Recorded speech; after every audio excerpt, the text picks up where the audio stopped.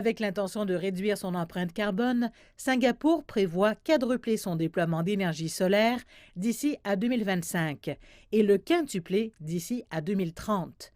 Étant une ville-État plus petite que Londres ou que Hong Kong, la nation, à court de terrain, utilise des infrastructures telles que des toits, des stationnements et même des panneaux flottants sur les réservoirs intérieurs. Mais ces options s'épuisent, ce qui conduit le pays insulaire à exploiter ses ressources aquatiques au large et à mettre en place sa première ferme solaire en mer. Situé dans le détroit de Johor, entre Singapour et la Malaisie, ce parc solaire flottant se compose de plus de 13 000 panneaux solaires. Considéré comme l'un des plus importants au monde, ce projet peut potentiellement compenser pour 4 000 tonnes de dioxyde de carbone par an, ou l'équivalent des émissions de gaz à effet de serre d'environ 900 voitures. Les panneaux solaires génèrent de l'énergie des deux côtés. Donc, ce que nous avons fait, c'est que nous avons conçu un ponton flottant qui élève légèrement la hauteur du panneau solaire afin que la réflexivité de l'eau et des pontons puisse aller vers le bas du panneau à deux faces et ainsi générer de l'énergie. La ferme, qui a été installée par le fournisseur d'énergie durable local Sunseap, est équipée de panneaux électriques et de systèmes de contrôle.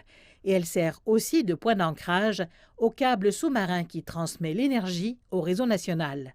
La ferme en mer, cependant, présente ses propres défis qui sont uniques. La corrosion est plus élevée parce que nous sommes soudainement dans l'eau salée et qu'il y a une brume d'eau salée, donc l'air et l'eau sont plus corrosifs. C'est l'un des défis. Un autre est qu'il y a plus de stress mécanique parce que les vagues et les vents sont généralement plus forts au large que près du rivage.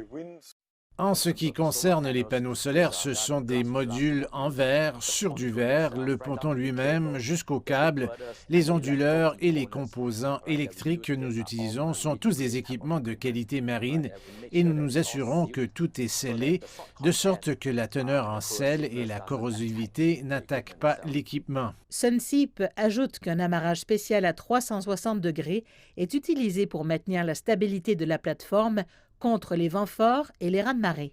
Le solaire flottant présente probablement des opportunités qui surpassent les défis. Il y a aussi l'avantage d'un effet de refroidissement que procure l'eau environnante et le fait qu'il y a plus de vent à la surface de l'eau.